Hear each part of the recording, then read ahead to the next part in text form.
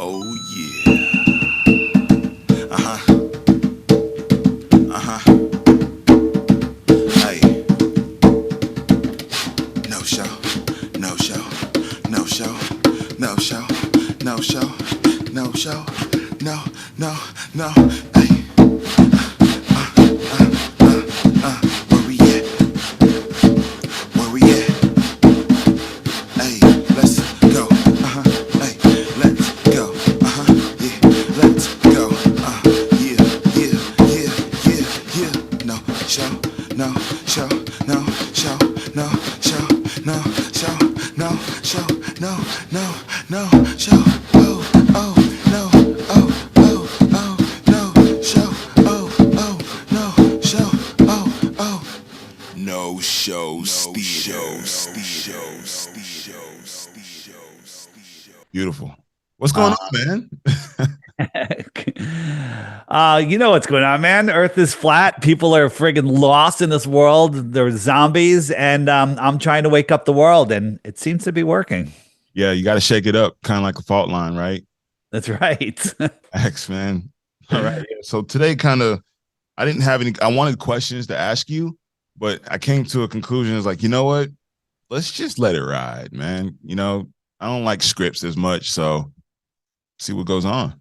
Well, you should have questions. You said if I asked you if the Earth was a globe or flat, you'd be like, you're leaning away from the globe. Correct. I'm more of a growing up, you get instilled with this vision that the world is a globe. I even asked my kids this morning because I knew we were going live. I was like, do you believe the world is flat or a globe? It's a globe. I was like, no. Kids are so indoctrinated from before they can talk. I mean, you're probably a good parent, so you got your kids NASA bed sheets and a mobile of the Earth hanging over the crib. No, you didn't. No, definitely no. Well, a lot of people do. A lot of people do. So yeah, and then they're taught in school, the globe in front of the classroom, all of the children's programming, Sesame Street, Disney, it's all globe programming. People can't see it because it's so massive. It's so everywhere. And so I always tell people, if you want to get your head chopped off, tell a 10-year-old that Earth is flat, and they'll chop your head off with a bunch of, pre-programmed globe nonsense. Yeah, yeah. And that's kind of where it is with them. I told them, no matter what they tell you, I went through the same system that you did. And I came out learning more about what I've been told about. And now I see things totally differently. So ask questions. Yeah. Don't just let them tell you what it is. Keep asking questions. And usually, I did that in first grade or kindergarten. Teacher was showing us what gravity was by swinging a bucket around with water in it. And I said, doesn't the water have to be on the outside like the globe? And he looked at the textbook. He goes, this is how they taught me to teach it. And that's how I'm going to teach it. But you keep asking questions. And that's like, that's like one of my earliest school memories, childhood memories. And it has to do with what I do now. So maybe that's the thing that pushed me this direction, that I just didn't believe in the education system, which is really an indoctrination system. Check this out. This is a balloon shot from 120,000 feet. You've been watching some flat earth stuff. So you've seen when they send these balloons up, the sun kind of looks like it's not much higher than this balloon, if you ask me, but that's a whole nother discussion. But this is pretty damn high. Okay. 120,000 feet. So think about this. An airplane, when you're in an airplane, look out the window, you're pretty high, right? Imagine being, this is 20 miles. So an airplane flies at like 5 miles. So 4 times the altitude of an airplane this is. All right. So Kansas is the flattest state, they tell us. Well, Florida might be flatter, but let's say Kansas because everybody knows that. Kansas is just over 400 miles long. Okay. As you move across Kansas, you have to go follow the curve of the earth, right? Because if you went straight, you lift off the ground. You have to follow the curve because on a globe, straight is curved. Yeah, that's a little, yeah. wait, hold on. Wait. Yeah, okay. I see what you're saying, though. Yeah, I get the print. Yeah. So when from one end of Kansas to the other, do you know how much curvature there would be? 20 miles of curvature. This is 20 miles. So Kansas has this much curvature if the earth is a globe. Okay. let's run that back, because the people that will watch that be like, the math ain't mathing for me. So let's just take that into account, right? Flat curve. Now, 20 miles, you would see the curve, right? You would see it dip off. Is that what you're saying? Yeah, well, as you go, so if a 6 foot tall, well, for the beginners, the Earth curves at 8 inches per mile squared. Now, most of you are going to freak out. What the hell is that? It's a simple equation: 8 inches for the first mile, and then if the second mile was just another 8 inches, we'd live on a slope. We don't live on a slope. The globe is not a slope. The globe is a curve. So the farther out you go, the faster it curves away. I see. Okay. I see what you're saying. Yeah. So if I'm here on the top of the ball and I move out a little bit, that drop is this much. But if I move out farther, it drops off exponentially. Okay. Okay. So it's 8 inches per mile squared. Second mile is 2 times 2 is 4 times 8 is 32 inches. Third mile is 6 feet. That means a 6 foot tall person standing at the edge of calm water shouldn't be able to see the surface of the water beyond 3 miles, because it's already dropped below a physical horizon. Just like you can't see my mouth because it's behind a physical horizon. Zooming in won't help you because there's a physical horizon. All right. But we can zoom in on things. So the curvature from one end of Kansas to the other is 20-mile drop. Okay, let me ask you This is what 20 miles looks like. This doesn't compute in your mind, right? Because it's ridiculous. But according to globe math, it's the truth. So let me look at this, because I was looking at a few things, and a lot of people were talking about the Middle Ages. You might fall off the earth if you go to a certain extent. Yeah. Now, that would be the basis of a lot of the Globers' point of view, because if that would be the case, water would just constantly be falling off. There is no edge. It's just a straight globe where it's encompassed in this gravity-based bubble, which is surrounded by the Van Halen belt, all this radiation, and then you have like this dome that's just around, or the firmament. So from your point of view, let me ask you this. From that history scope, with everyone being taught that, to schools being the focus where people are learning this, to today where everything we're understanding is just asinine, in my opinion, how can you differentiate to those who may believe or may not believe? Well, belief is the enemy of knowing, right? You can believe anything you want, right? I live in Connecticut. Where do I live? You might say Connecticut. Is that a belief, or do you know it? People think of flat earth. They think of this because this is pre-programmed. Right. You Google flat earth, this is what comes up. This is not flat earth. This is ridiculous. If this is what flat earth would be, I'd be making fun of flat earthers, okay? Because this is stupid. This is just stupid. This is mixing a fake flat earth model with a fake heliocentric model, which everyone believes the heliocentric model is real because they never looked into it. What made you look into that? Because when I see this disc, I'm like, there's no way in hell that we live on a plane or an environment just like that. It just doesn't compute. It doesn't make sense. No flat earther believes we're a disc in space, And I know the questions that people will say, are all the other planets flat? How come they're all round? And what about where's the edge? How come no one's taking a picture of the edge? There's plenty of pictures of the edge. This is how you look at the flat Earth. We're not a disc in space. What are we? We're a pond. All of the oceans of the world, just shrink them down to a big lake in Kansas. So this is a lake in Kansas. All of the continents, we'll just call them islands, right? The North Pole is at the center. And we're on our sailboat, our motorboat. We're motoring around, having fun, right? Clockwise is west. Counterclockwise is east, because the North Pole is at the center. Your compass is always pointing to the north, so you have to go in a circle to go east or west. That's true on a globe, and it's true on a flat Earth.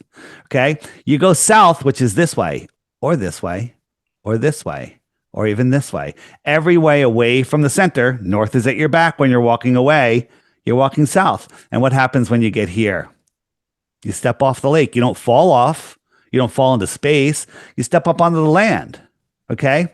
So we've reduced the entire world ocean down to a 25-mile round lake in Kansas. And now we sail to the end. We climb up on the land, and we start walking away from the lake. What happens when we're a mile away from the lake? We look back. We can't even see the lake. Okay? Keep walking. Another couple miles. I don't know how many miles. Keep going. All of a sudden, you come to another lake. What if you come to another lake? Or what if the world is set up like this? Okay?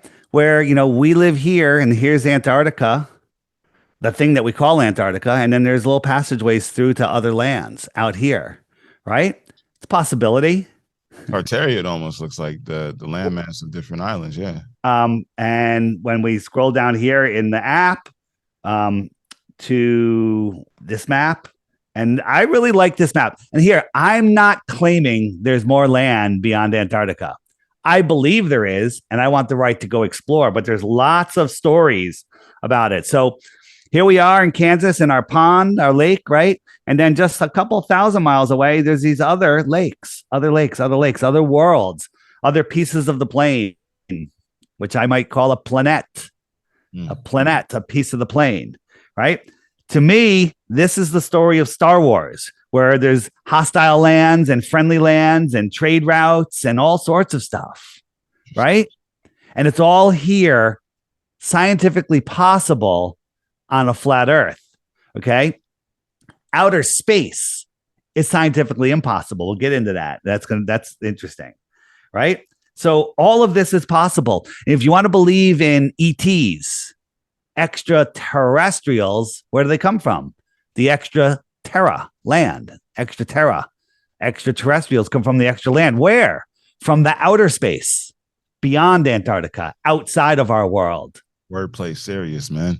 It's for real. Now, I noticed on your website, I think it was your website, you have a lot of you got an alien logo, right? You love aliens. I love aliens. Aliens are real. They're here on Earth. They just come from the extra terra. They probably speak English. Okay. Maybe Spanish. Maybe Spanish. Maybe, yeah. Maybe Spanish. Maybe Portuguese. Who knows? Okay. But they're here. Disclosure is not billions and trillions and quadrillions of light years away. It's thousands of miles away. Interesting. Okay. Just a few thousand miles away. Absolute insanity to believe, that we can see stars at the distance they tell us. We can prove that again and again. I prove it in every show. Tired of saying it. Okay. Right. But you can't see the Earth. If we did the math, and I don't want to do the math right now because I always do it. If the Earth is, the sun is 8 light minutes away. Okay. 93 million miles equates to 8 light minutes. So it takes light 8 minutes to get here allegedly from the sun at that distance. Right. If we made it 8 times farther, it would be a light hour away. Okay. Right. And then if we made it 24 times farther than that, it would be a light day away. Right. An unimaginable distance. And I don't even think you could see the sun at a light hour away, but 24 times farther, there's no possible way. Blackout. Yeah. It's so if we look at Polaris, our North Star, they say it's 48 times bigger. We can see it. Well, if we made it 48 times farther than that impossible distance of seeing the sun, it would be the same size, unseeable. And that's 48 light days away. They tell us that Polaris is 430 light years away. Again, short circuit. Mind can't handle those big numbers. You have to believe the guy who lies, wears a bow tie and a lab coat. And you have to believe, Neil deGrasse Tyson, the guy that doesn't even know what a curvature formula is. Yeah, I don't listen to him. You sound like you get it, man. You're just not ready to admit that you're a flat earther. It's more of the idea of the word flat. Because when you know what, printing that, it's just like they weaponized the word flat earther. Now a lot of people are like, Earth isn't flat, there's hills and valleys. Yes, we're on a topographical plane on a level horizontal world. I don't want to say, hey, I'm a level horizontaler. They're like, what? I'd rather just throw it out there. I'm a flat earther. Okay. So right to the point. Now there's other people that use the word true earth. I like that better. I really do. But I'm holding on to flat earth. Okay. Because I'm flat earth Dave. Right. I'm flat earth Dave. It's catchier than true earth Dave. Welcome to Knosho's Theater. So what kind of proof have you received from people that try to debunk it? The best proof they got is you're an idiot and you live in your mother's basement. That's the best they have. Okay. There's really nothing else. And the one that they love is the stars rotate in the opposite direction in the south. And there's a lot of explanations for that. One of them is you just turned around. Okay. Like if I'm looking at my North Star and the stars are rising from my left shoulder and going to my right shoulder, right? They're going from this side of the screen to this side of the screen. So if I turn around and look south, they're going from my right shoulder to my left shoulder now. They're going counterclockwise versus clockwise, but it's still the same direction. All stars, all luminaries, sun, moon, stars, they all rise in the east, set in the west, no matter where you are. Right. So the optics of the sky are no way to prove the shape of the earth. And the thing is, okay, you want to track a star, prove to me that you can see a star at these ridiculous distances. And people believe that, oh, that star burned out years ago, and it's just its light is traveling at a perfectly bright beam to your eye. That's not how light travels. Light spreads out, right? If you held a match right next to the wall, it lights up the wall pretty nice. Move the match 50 yards across the room and tell me how bright that wall is. The light is spreading out, the inverse square law. Every time you double the distance to a light, it's 1/4 of the brightness. If you strike a match, you hold it up, you pull it away from the wall. Yep. Starts expanding its reach, right? Or it starts spreading out and it gets dimmer and dimmer. And every time you double the distance, it's 1/4 of the brightness. And that's exponential, right? You can't see a match a mile away. The light won't make it to you. I think it's a mile or 2 miles. I forget. A candle flame, you can only see it a certain distance. And it just gets too dim and too small. And it's the same thing with these stars. These distances they give you are so ridiculous. They want you to believe that stars are so far away. The fact that we're spiraling through the galaxy at 4.4 billion miles a year, never to return to where we were before, but the stars never change because they're so far away. There's no parallax. Get out of here. Just shut up. I've always wondered why the Big Dipper and the Little Dipper are still in the same spot. Real quick, on the app, it shows you where everyone is around you, and you can message these people. So you let it load, and it'll show you all the dots around you, and then you could look at their profile. You can send them a message. You can send out a group message. It's just loading right now because I changed the resolution. And so I can tap on one of these dots and say, oh, look, this is Henry. I could look up at Henry's profile. I could send Henry a message. I could say, I want to send a message to 50 kilometers, save. Right. And at 50 kilometers, it's calculating there's 517 people. I could say, Dave, this is Dave. I'm having a meetup at Joe's Bar and Grill Saturday, 4 p.m. Come on. And then you've just met an awesome group of people, awake and aware, smart, intelligent people. No doubt. Did you make this app yourself or, I came up with the ideas. I'm working day and night. I'm working basically night because my guy's in India. So I haven't slept in 4 years. Okay. And then if you look worldwide, this is just a worldwide view. It'll show you, we're not kidding. This is the real deal. Wow. So these are all people who are signed up to learn more about flat Earth. These are people that know the Earth is flat, and they want to network with people. And people are using it as, to hire people. If I want to hire somebody, I'm hiring a flat earther. I'm sorry. You globers are not in my group of people that I'm going to hire.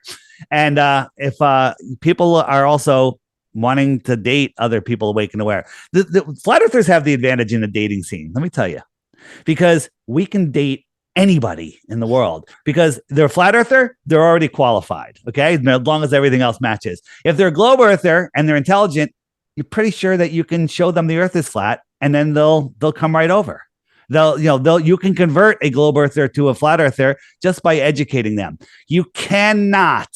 A glober, I'm not dating a flat earther. Well, anyone who's a flat earther is off your list forever because they're never going back to the globe. Once you see the globe lie, you can't go back. Let me ask you, but everybody on the app has, I know a lot of conversations are like, hey, about Antarctica, the treaty, blase.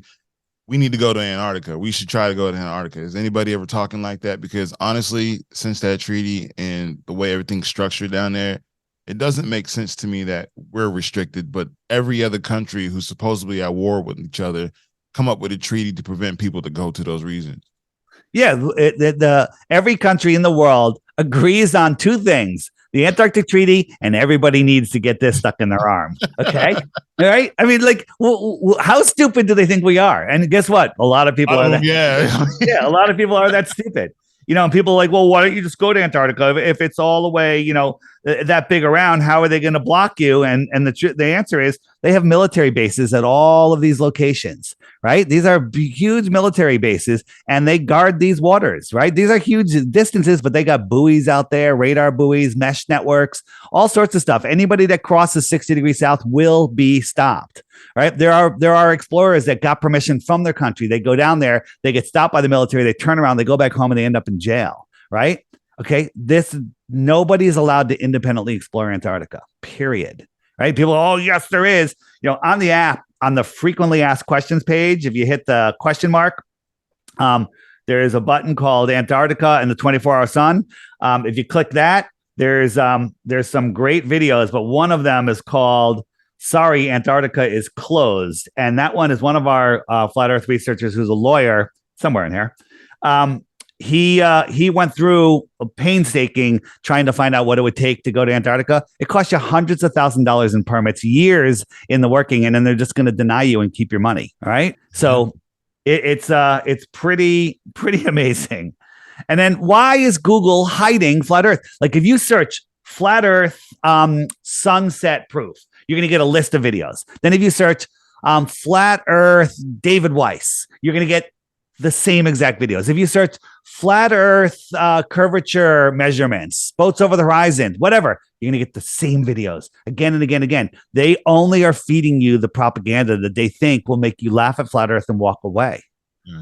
I got you. So everybody that you've come across experiencing that they believe the world is a globe, you try to show them the truth, but you are getting blocked no matter what it is. Well, you know, there's one of the videos on here is called A Stranger's Guide to Flat Earth 21 Questions. Pretty unique title. If you search that, it should come up number one. It doesn't. You get the same list of propaganda videos. Maybe you'll find that video, 10 pages, 20 pages down. No one's looking there. Okay. It's not there, but all of the stuff on my app. Here's a challenge. If you watch the daily video every day for 2 weeks, you can go to the archive. There's 5 years of videos there from every day. But if you hit the web button, which is over here, right, up comes this more resources page. Here's my interviews. Your interview will be right here at the top of the list when it airs. But if you scroll down, I have this one, Flat Earth feature videos. Okay. On that is a list of videos. And I say this is the test. The first one is just a preview of the Level movie, and then there's Level and the Next Level, which is the second one. The third one is coming out on Flat Earth Day. That's April 22nd. Used to be called Earth Day, but now it's Flat Earth Day. I declare. Okay, and it's called Level with Me. It's got amazing people in it. I'm in it just for a little bit, I think. And it's going to blow your mind. There is zero possibility that anybody can watch Level, the Next Level, and Level with Me without becoming a globe denier. Well, I don't want to say flat earther. I'll say a true earther, globe denier, right? And once you go there, you never go back. And then the whole world opens up to you. It expands your mind. Your mind creates your world. Your mind creates the curiosity that you have. But if your mind is trapped in a ball, right? If your mind is trapped in a ball, you've limited yourself. You've severely limited yourself on what how you're able to think, how you're able to manifest, right? So this is what they have you doing. They took your map and they wrapped it around the globe and it said, this is where you live. This is it. Okay. That's where you live. That's a prison for your mind. Open it up, right? When you open it up and put it back on the flat plane, well, maybe we live here and just in our pond alone, there's extra land. Maybe this is where the real controllers of our world live. And the puppets that we call the government, the mind control agents, they're getting their marching orders from the guys that live out here. So okay, let me ask you this then, because a lot of people they believe, I'm not here to judge people on what they believe or not believe, but they have this feeling of an omnipresent individual who's in a temple or in a church and whatever it is. They can believe this, but when you speak about the flat earth versus the globe, there's just a heavy denial, only because, like I said, they've been ingrained this information. It's been embedded in them since the day they were born. And now that you have this wake up, this frequency shift, I believe in aliens because of this, right? I believe in extra treasure, extra area here on Earth. Yes, right? Yes, I do. Think about this. So if you believe in heliocentric space, extraterrestrials are coming from other rocky balls floating around gas balls in a space vacuum, which is scientifically impossible, but let's just pretend it's real. And they're coming from probably not the closest star. There's probably random stars in our galaxy. Well, let's just look at the closest star. Let's pretend there's an advanced civilization that's capable of space travel, which is just ridiculous, at the closest star. Closest star is 4.5 light years away. That's 25 trillion miles. 25 trillion miles. Okay. You've been listening to my stuff at all? How long is a trillion seconds? I would have to say, 1,000? 31,000 years. 1 trillion seconds. So you and I hop in a spaceship. We full bore and we're going a mile per second. That's pretty damn fast. No one's going that fast. Mile per second. And we travel for 31,000 years. We've gone 1/24th of the way to the closest, 1/25th. We have to do it 24 more times. 24 times 31,000. But guess what? You just hooked me up with a turbo booster on our spaceship, and it can go 100,000 miles an hour. Okay. Awesome. It's only going to take us 28,000 years to get there. Okay. This is absolute insanity. What if, now this is a map that Google says is made up because they have to, they have to lie. They have to do damage control. Right. And so we take this map, and it was found at a Buddhist temple. It was published in 1910 in a magazine and in a newspaper. And we look at ship tracking website. Anyone can go. This is a paid one, and you click on the ship, gives you all the information, tons of information, cargo, where it's going, captain, registered, everything, ship details. But we kept finding a bunch of ships. A little hard to see here. There's ships hundreds and hundreds of miles inside of Antarctica. Wait a minute. Isn't that supposed to be land or at least ice? How are there active ships out here? Interesting. I would just say there's probably just like underground tunnels. I would say there would be like pathways. Well, what if, we don't know that there's a ice wall all the way around, right? Okay, I see what you're saying. When we go to Antarctica, the place everyone goes is Santiago, and they go to Antarctica. Well, what if they were just taking you to this little island here, this continent? This continent, by the way, is twice the size of Mexico, Canada, and the United States combined. Okay. So they take you here and they go, welcome to Antarctica. Okay. How would you know? Right. So let's take it a step farther.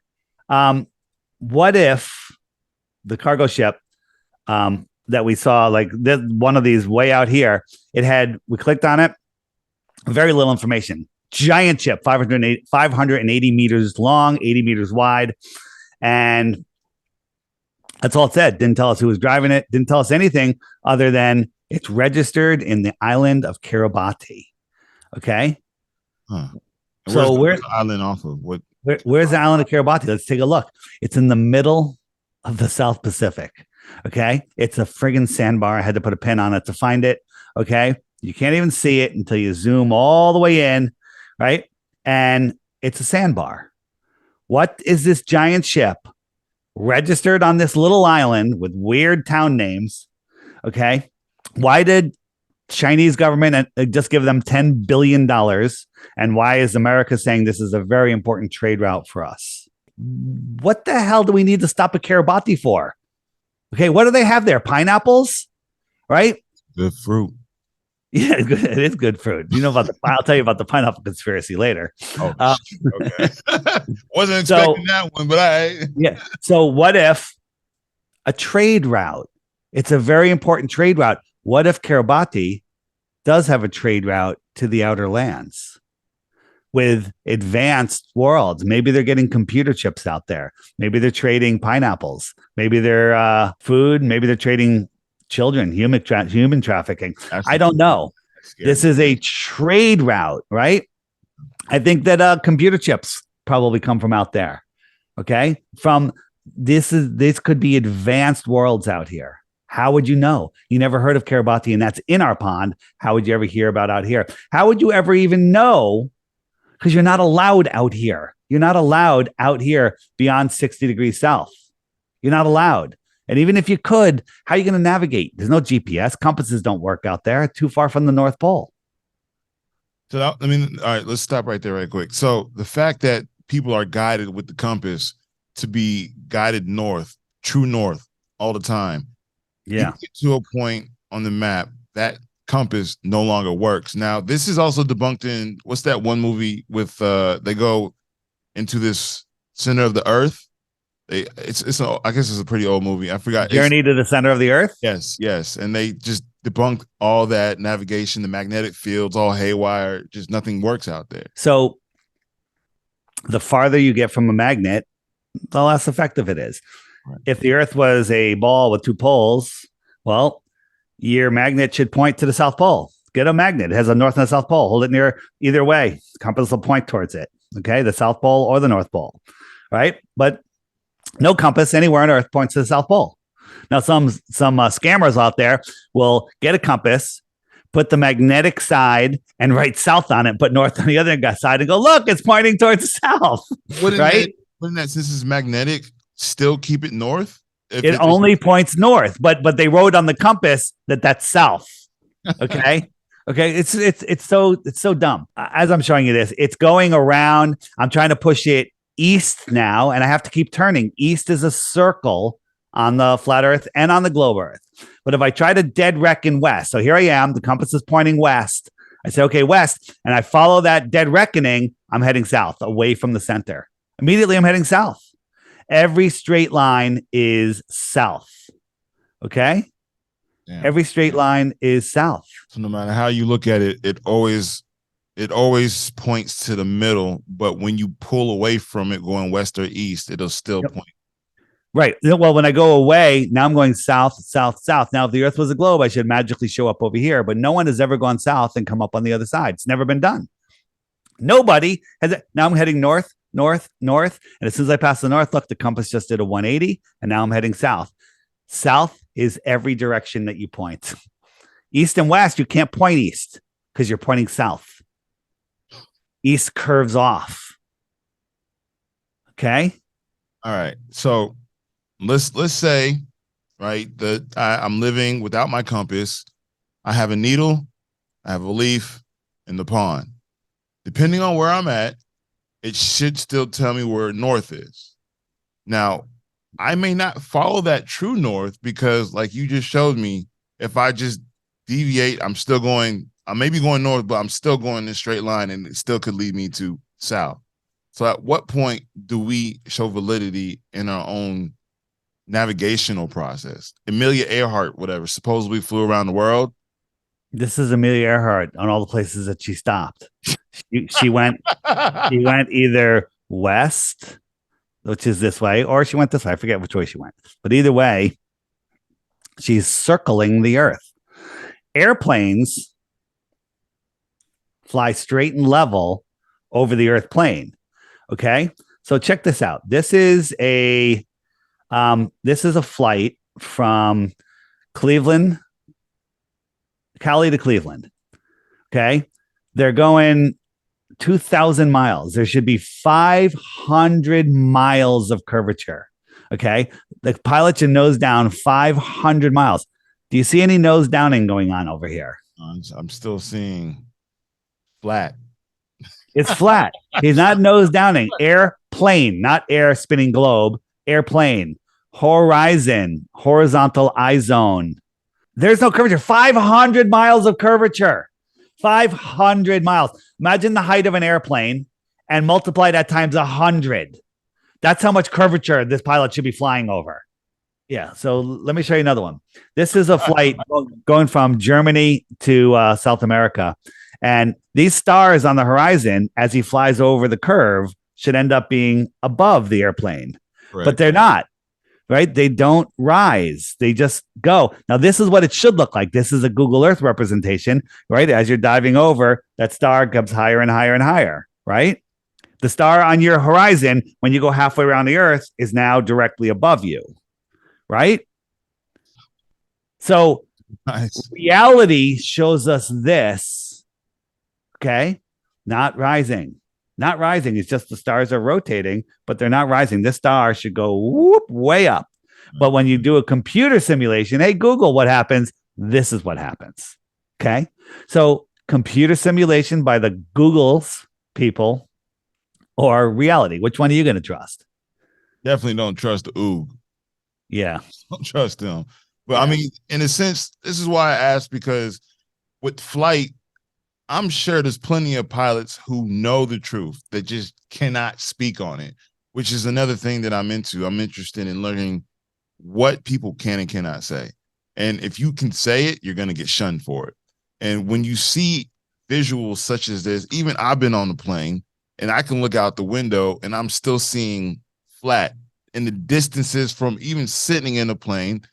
You can not see a curve or a fall off, which is mind blowing because people aren't thinking that. They're just letting it. I'm getting to point A to point B, and that's it. Yeah. This is what pilots, people think you're flying over a globe while it's spinning underneath you and you're diving around. Okay. It's absolute insanity. It's crazy. I was on a show last night and they're like, I have a pilot friend and he says, he flies and he flies straight, the whole time. I'm like, okay, welcome to flat Earth, right? He doesn't change his heading. They get up there, they get him in their track and they fly straight. Oh my gosh, bro. Yeah, it's so it's crazy. Simplest things that just go over people's heads. Like I even looked at it when I went through my little transition to the rabbit hole and I started experiencing things that didn't make sense to me. And then when I started asking questions, doing my research, speaking with individuals, intellectuals such as yourself, I've become prone to be like, yo, something ain't right. Just immediately. I'm right. In my stomach, in my soul. I know that this isn't right. So think about this. When you're in an airplane, you can look out the left window, right window. The horizon is essentially right, appears to be at your eye level. Visibility might make it look a little lower, but it's right at eye level. Okay. You can see about 242 miles according to the globe math, the horizon would be 242 miles away is the farthest you can see because there'd be a 39,000 foot drop, right? The horizon that you're looking at, both sides, that you can draw a line and it'll go right to your eyes. If you draw a straight line between them, is 78,000 feet below you. If you can't see that, I can't help you. I grew up on the beach, man. So when we were out there, you can literally just see flat ocean. Yeah. Like, it doesn't just bank off. It just gets more blurrier as, like, I guess you can see the horizon. But then again, when you look at situations like this, there's videos where the sun itself, it typically just hits the tip and then comes back down and barely goes down, depending on where you're at to see the horizon. There's parts of, was it Alaska, that only get sun certain times of the year. They even say the globe tilts, which I've seen a lot of videos and I'm still questioning about the tilt of the planet. There's no tilt. That's what I'm saying. There's no tilt. Okay. So I'll show you that in a second. But so the Earth that we live in, the sun and the moon are a clock. The sun keeps track of the hours and the days. Wherever it is, it's 12 noon. The moon keeps track of the weeks and the months. If I speed it up, the sun will lap the moon once every 28 days. Okay. So the position of the moon and this phase tells you the week and the week and keeps track of the month. 28 days. There used to be 13 28-day months. Okay. And then one extra day. There's your 365. So the sun also migrates in and out between the two tropics, the Tropic of Capricorn, the yellow line on the outside, and the Tropic of Cancer, the yellow line on the inside. Right. And so your question was, the sun. So why does the sun stay up in Alaska? It's not the tilt of the Earth or the curve of the Earth that makes the sunset. It's the distance it is from you. Just like if you're on a row with a straight street with street lights, the one above your head is high above your head. The one a quarter of a mile down the road is literally touching the road from your point of view. And the one a mile past that, you can't see it because it's beyond where you can see. Okay. Light doesn't travel forever. Look at the divers that do those deep dives on a bright sunny day. When they get down to the bottom, it's pitch black. Right. Well, the air is like fluid. It is a fluid. Okay. And over distances longer than water, it'll block all of the light. Right. So if I move the sun forward to, where are we? To where are we now? March, April, May, June. So in June, the sun is all the way in here. So look where Alaska is. Look where Norway is. The sun never gets that far away from it. And therefore, it never sets. Okay. It never sets for the places in the middle. Now, if you're out here, like I'm out here in Connecticut, well, the sun is getting too far away from me and I'm in the dark now. Okay. But in Alaska, I'm still in the light and it's never going to get far enough away from me to set. So the sun moves all the way out to the Tropic of Capricorn and the light can't even reach Alaska. It's just too far away all the way around. Okay. Now this isn't exact. I have this is a little faded, but it shows you the light's never making it to the center. And so anything here where my finger point is always in the dark until the sun starts making its way back in. December, January, February, and now the light is coming back in. Right? And so April, May, and the shape of the light has to do with the dome and its distance. It's pretty interesting. So the whole understanding is the sun and the moon are within our within our flat Earth, I guess you can say. Wouldn't be billions of miles away as they say it is. Yeah, they tell us it's 93 million miles away. But, observations tell us something else. Okay. Like, what the heck is going on here? All right. Yeah. This is some heavenly stuff going on up there. Right. I don't think we all see the sun in the same position. Okay. Expound on that.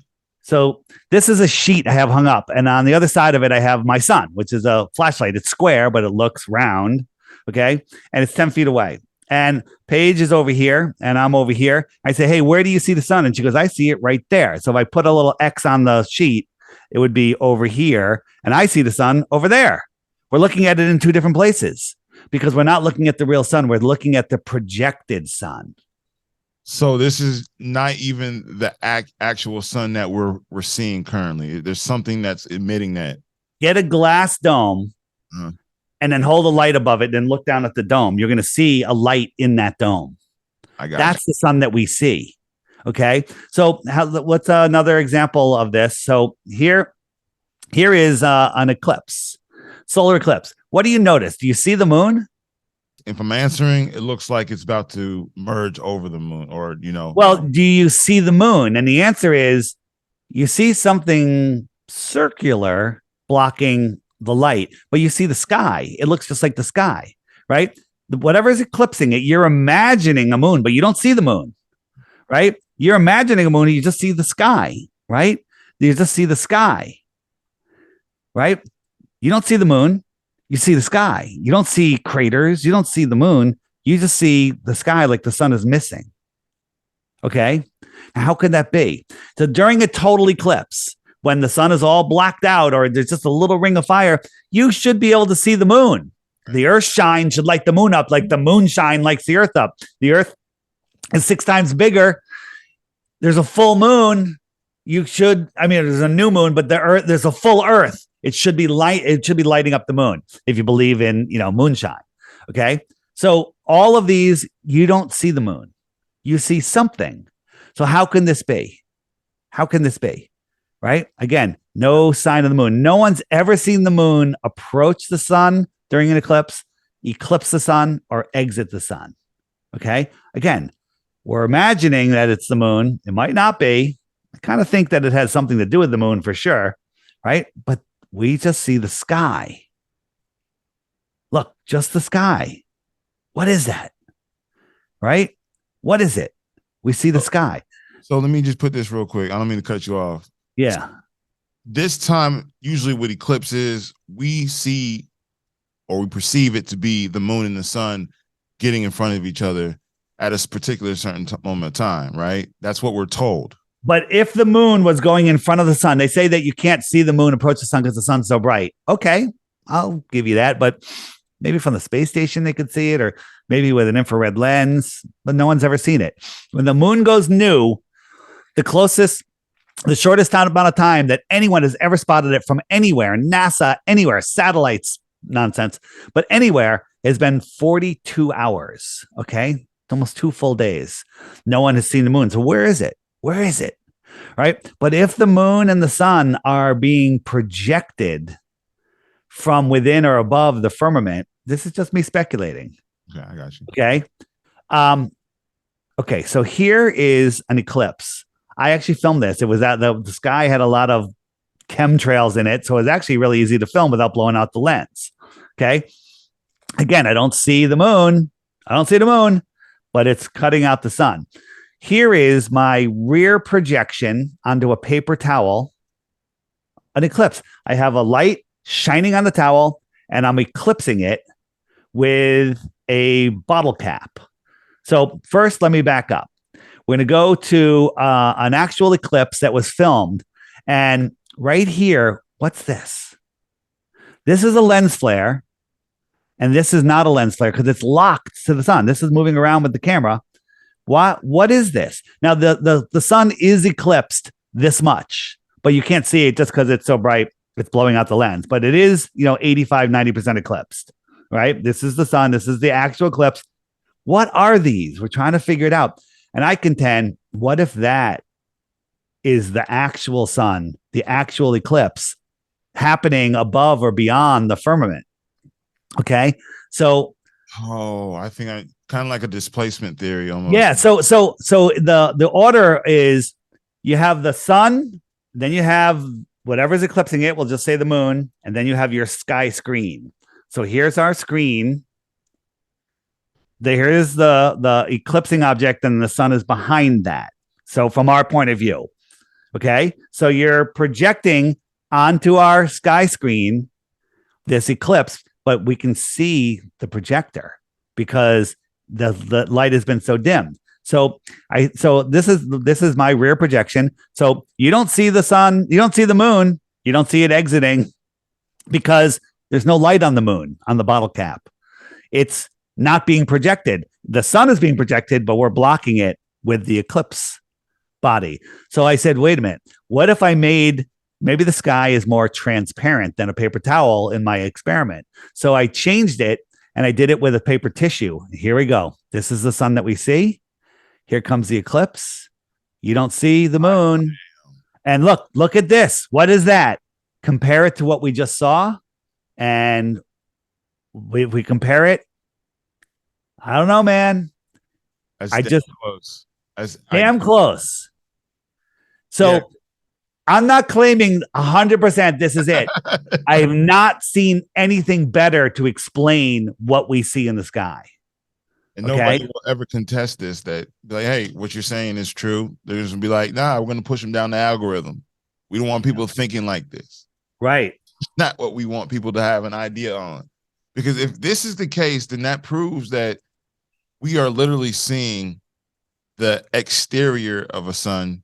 We're not actually seeing the whole sun. We're seeing the moon does go in front of the real sun, right, but that's not what we see. We see the moon. Different. We see the projection of the sun, and the real moon is behind that projection in front of the real sun. Real sun, real moon, projection, and there's no light coming off the moon, so we only see the eclipsed sun. On the app, if you hit the frequently asked questions button and you go to eclipses down there, okay, click eclipses, and up come a whole bunch of videos they don't want you to see. And right down here are the 2 ones that I had made, because a lot of people are going to say, where's that video? I want to see that. Google won't serve it to you, but it's here. It's all on the app, bypassing their algorithms of stupidity to keep you dumbed down. And that's amazing, honestly, because we all get mind blown when we see an eclipse. We think it's just the moon intersecting with it, but now there's more questions because what's beyond what we're able to actually comprehend.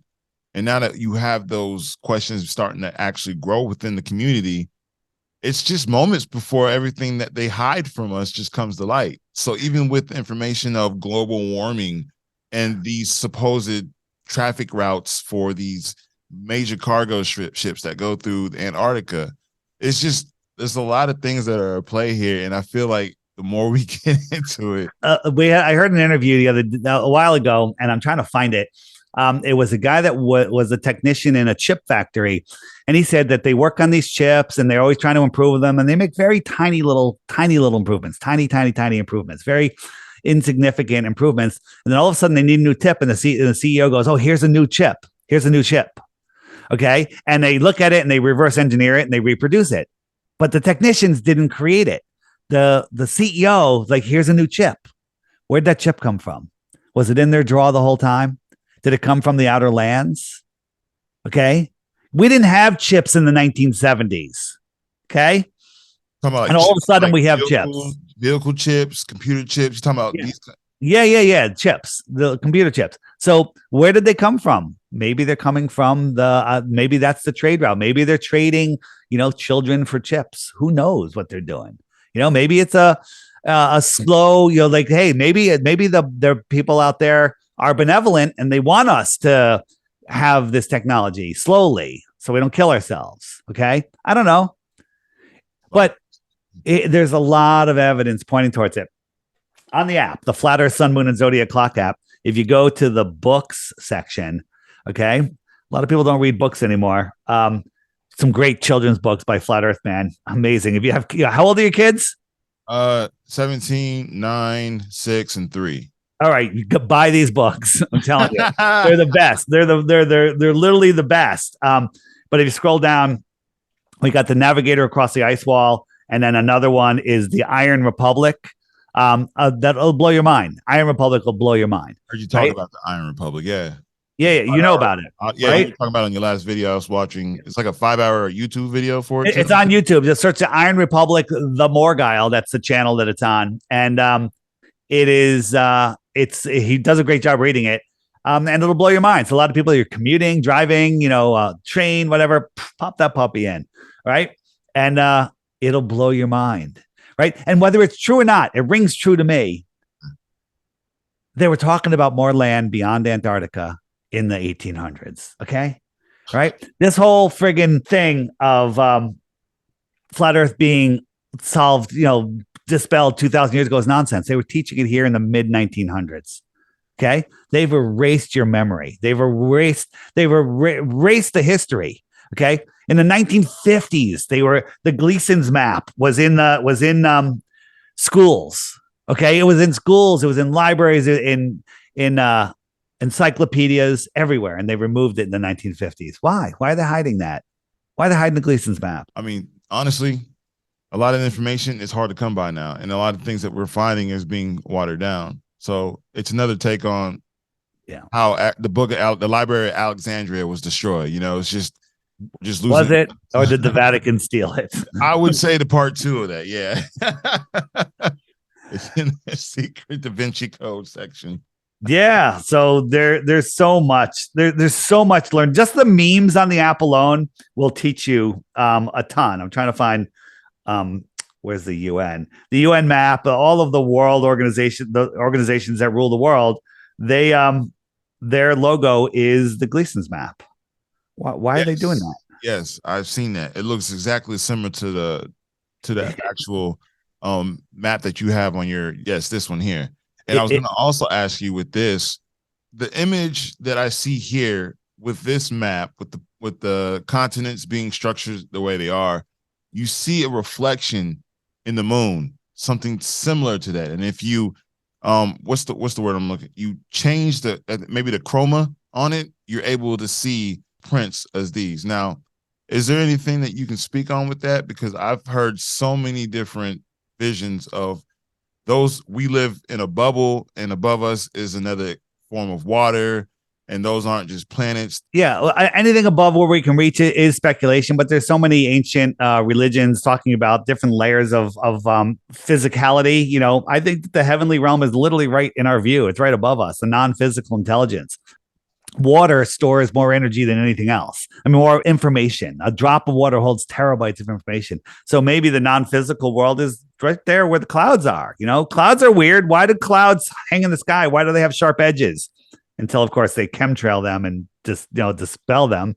right? Remember Artemis? They just went to the moon again. Nobody cares, right? Talks about it. No one talks about it, right? This is NASA's like, well, we're going to fly around the Earth and we're going to slingshot to the moon and we're going to orbit the moon, and then we're going to expel some matter that's going to push us in the opposite direction and send us back to Earth. And somehow we're going to get back to Earth in less time than it took us to get there.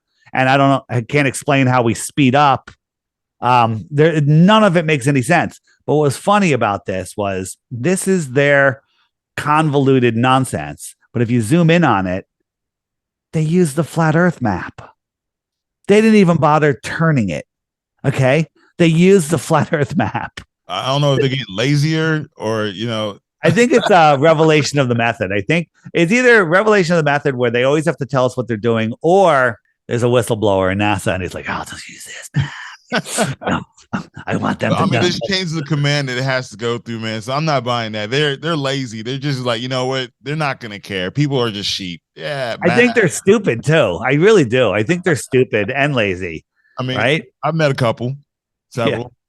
Plenty. And there's good people that work at NASA. They have no idea what what the next person's doing. There's people that make satellites and then they ship the parts to another guy and he puts them, and they never see the whole picture.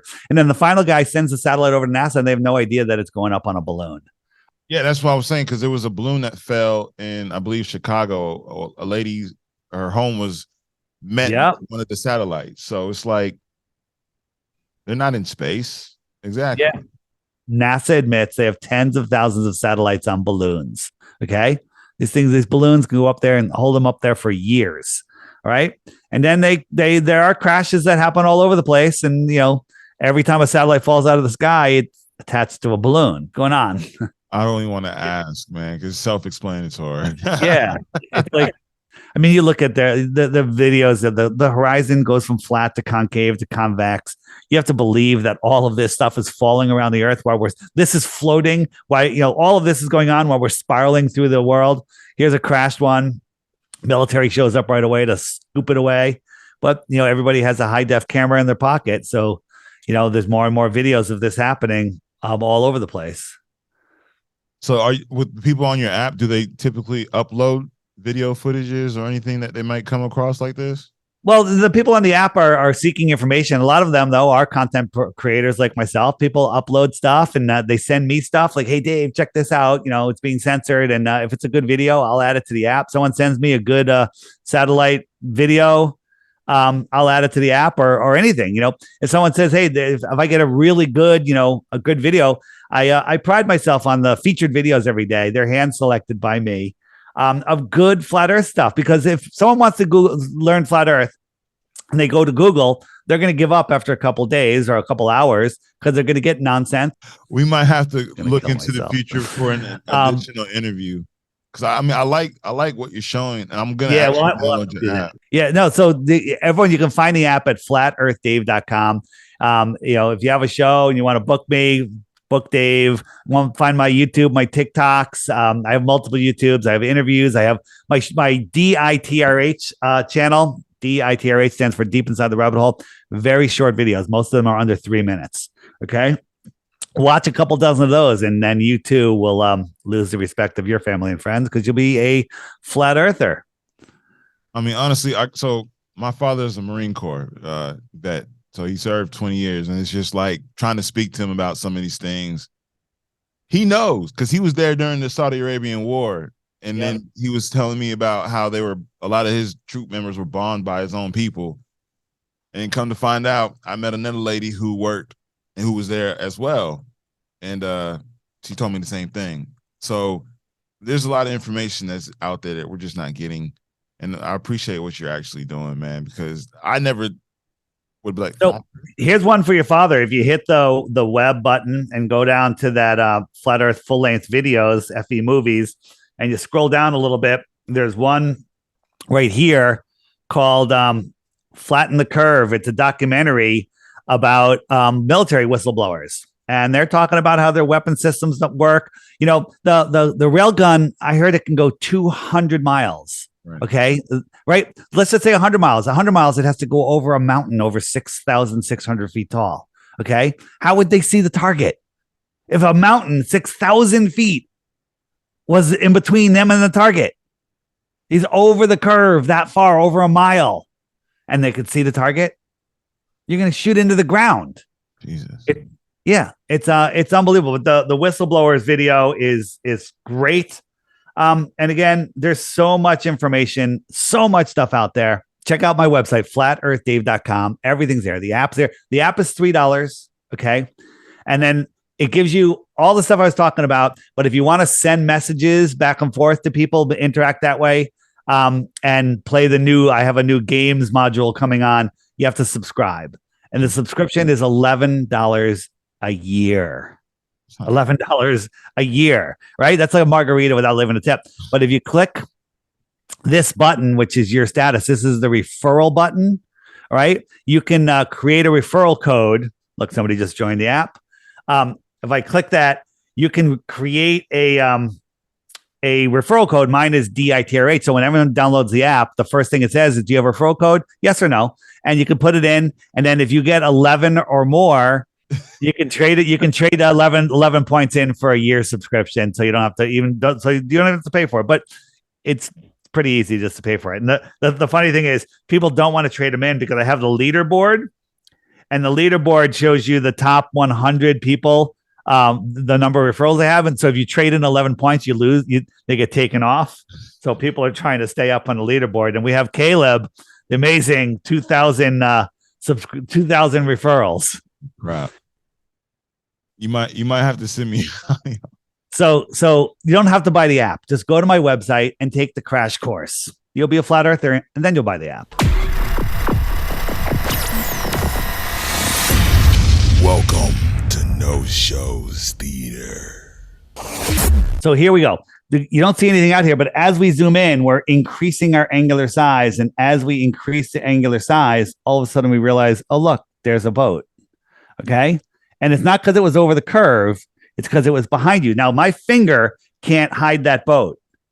But these little waves in the foreground, which my finger is representing, can hide the boat. Now, that's where the point where I'm wondering, like, people who are globers would say that's the cutoff. The boat's not far enough away. The boat's not far enough away.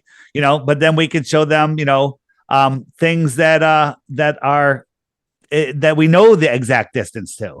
And they're like, well, refraction. Like it's absolute insanity. They'll just make up stuff.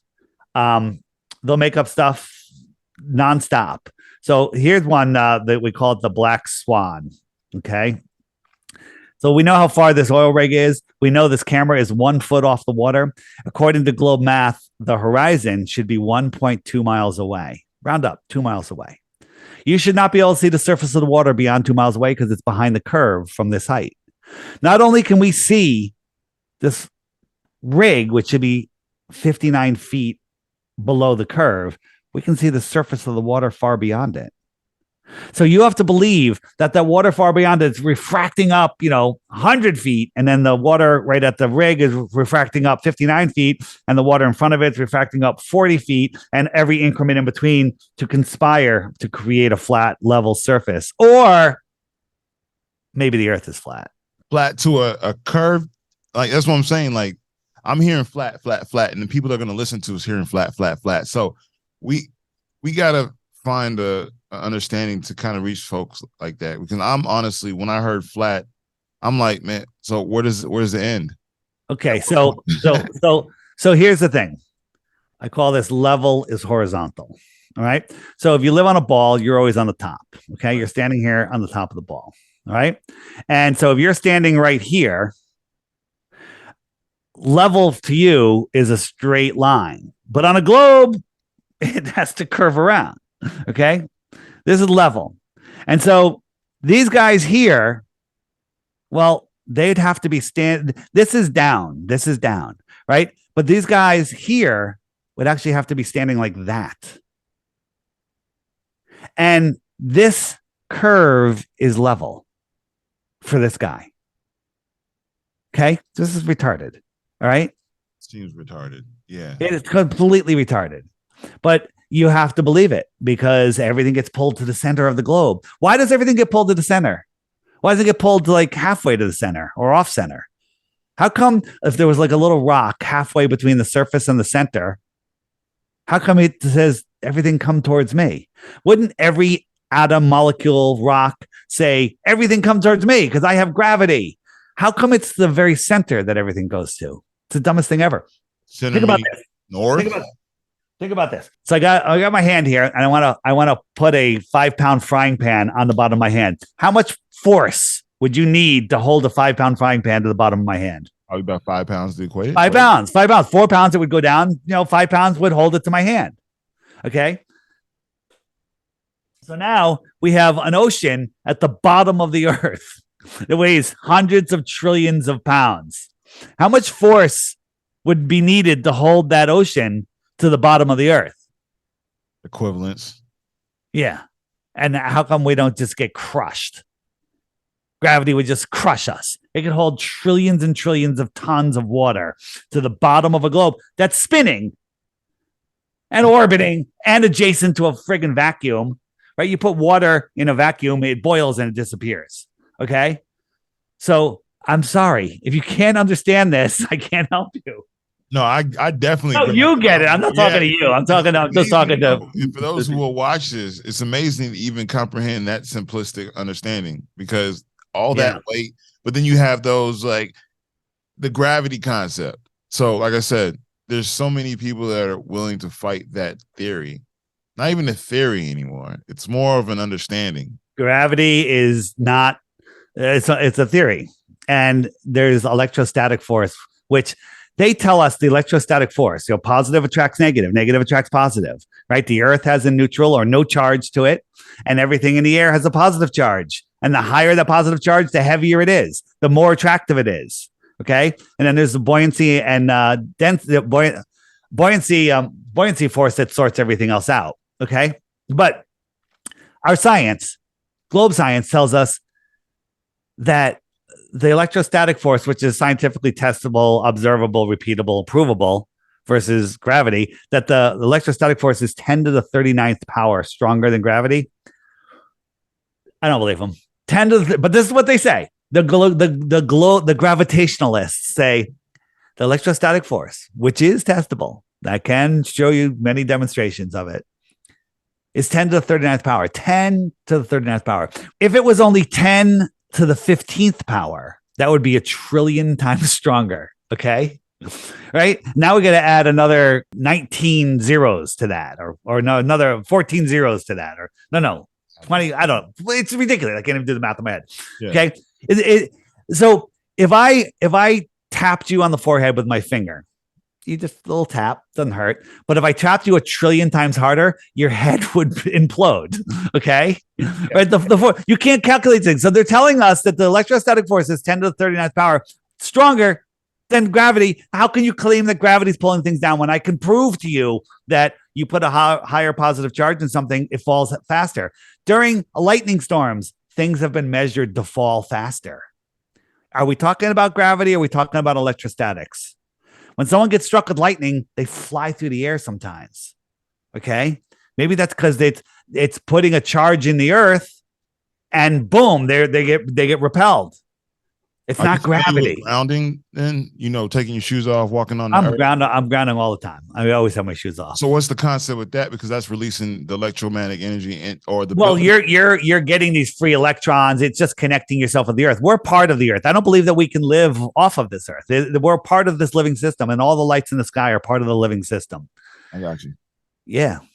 So as far as the grounding method, it's just I know it's a release of anything that's impure in your body in a sense, but for those who are living, understanding the electromagnetic current that comes from you and the earth in itself, the gravity does not get involved with that at all. There's no such thing as gravity in that extent.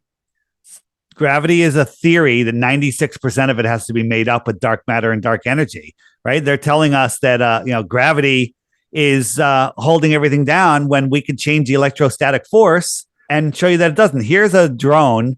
It's called a silent drone. It just makes a little hum, like almost no noise, no moving parts, and it's flying. Well, is it defying gravity, or is it just the fact that they made it have a stronger negative charge and now it flies? Okay. Is it defying gravity or is it defying the electrostatic force? Testable, measurable, observable, repeatable, demonstrable electrostatic force versus the complete and total bullshit theory of gravity. Okay. I want to revisit this with you another time because it's going to get in depth. I already can see it. My mind is spinning because the only thing that's spinning, all right, is your mind. The only thing that's spinning. That's right. That's right. But I'm just baffled with the idea of the electromagnetic current, because if that's the case, you supply a human being, as you said, once he gets struck by lightning, they're able to just for that split second, second, right? On 9/11, all those cars went flying through the air and flipped over. What happened? What happened? Was there something electromagnetic going on? Whole nother podcast. Okay. Whole nother podcast. Look, just real quick. Everyone's seen this. So here's balloons, party balloons holding up neutrally. I got just a button on here and it's a couple inches off the floor. And we have this wire attached to it. And this wire goes to a Van de Graaff generator and we're going to add a positive charge to this. It's all we're doing is we're changing it, making a stronger positive charge. And it weighs it down. Huh.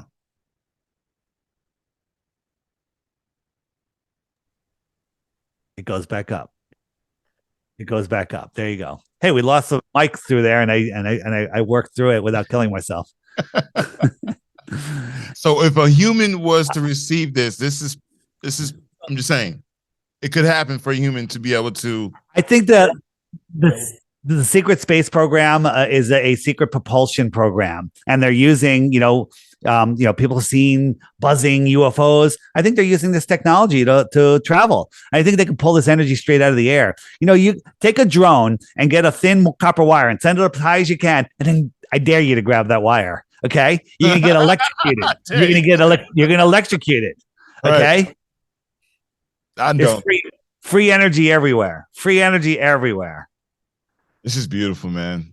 And if those of you that are wondering where to get this amazing shirt, if you click the shopping cart button, this is my t-shirt shop here and all sorts of other flat earth cool stuff that you can look at. Tons of resources on the app. So $3, don't need to subscribe. Don't even need to get the app. Just go to my website, flatearthdave.com. Flatearthdave.com. With that, man, I appreciate your time. Honestly, man, you've been a great insight. Appreciate you. Keep doing what you're doing. All right, man. Thanks. Send me a link when this is up and I'll add it to the playlist on the app. Most respect. I got you. All right. See you. All right. Peace.